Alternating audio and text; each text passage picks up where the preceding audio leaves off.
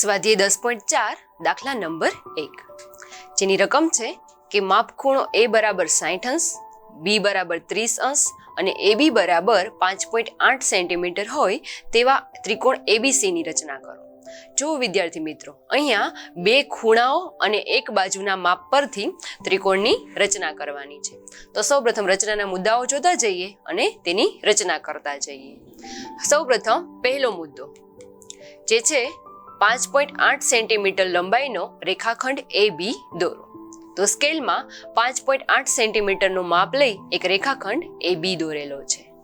ત્યારબાદ બીજો મુદ્દો કે પરિકરની મદદથી AB રેખાખંડના B બિંદુએ 60 અંશના માપનો ખૂણો બનાવતું એક BM કિરણ રચો. તો હવે પરિકરનું કેન્દ્ર છે તે B બિંદુ પર રાખી અનુકૂળ માપની ત્રિજ્યા લઈને એક ચાપ દોરીએ.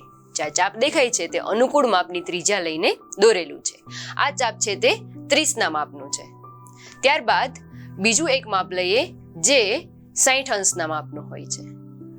પરિકરનું કેન્દ્ર છે તે હવે AB રેખાખંડના જે બિંદુએ ચાપ અડે છે ત્યાં રાખવાનું છે અને ત્યાંથી એક ચાપ દોરીએ આ જ માપની. તો એ જે એંગલ બને છે એ 60 અંશના માપનો હોય છે.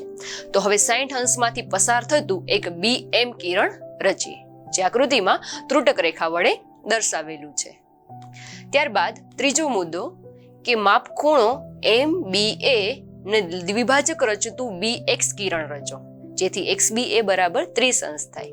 જો રકમમાં આપણને B ખૂણો છે 30 અંશના માપનો કીધો છે, આપણે અત્યારે જે બનાવેલો છે એ 60 અંશના માપનો છે, તો એનો પણ અડધો કરવો પડે, એટલે કે 60 નો અડધો કરવો છે, એટલે કે 60 નો ખૂણાનો દ્વિભાજક રચીએ, જે બંને ખૂણા છે 30-30 ના માપના થાય.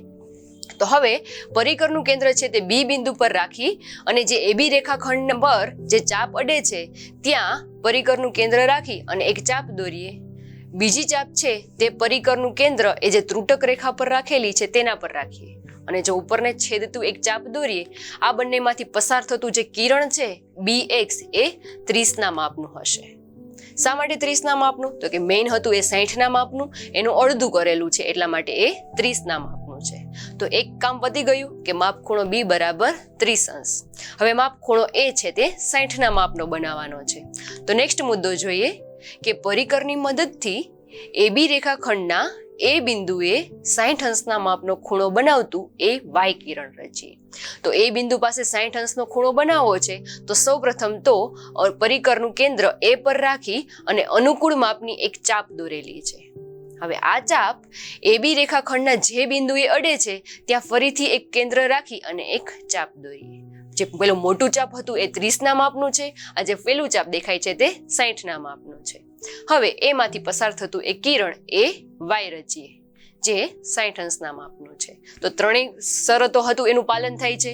B ખૂણો 30, A ખૂણો 60 અને AB રેખાખંડ છે તે 5.8 સેન્ટીમીટર.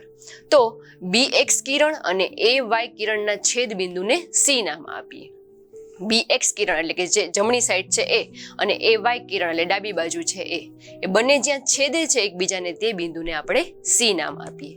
તો આમ ત્રિકોણ ABC એ માંગ્યા મુજબનો ત્રિકોણ સાબિત થાય છે.